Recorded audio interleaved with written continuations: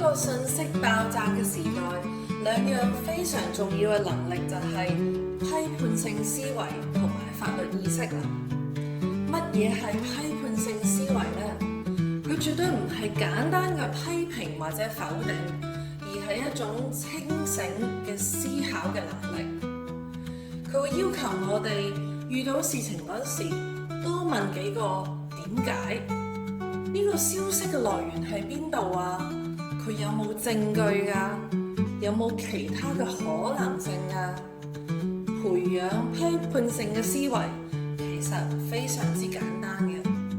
第一，應該鼓勵提問、挑戰假設，唔好全盤接受信息，要好似偵探咁樣去揾證據。同屋企人討論新聞嗰陣時，可以問多句係咪真㗎？咁樣都可以打開思辨嘅大門。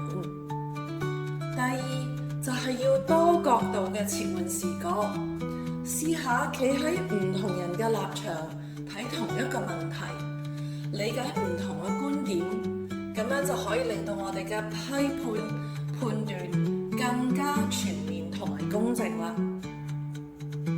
咁法律意識又係乜嘢呢？佢唔單單係知道法律嘅條文，而係更係一種規則之下嘅自由嘅意識。佢話俾我哋嘅行為嘅邊界喺邊度，同埋點樣利用法律武器嚟保護自己。法律俾我哋嘅權利，亦都規定咗我哋應盡嘅義務。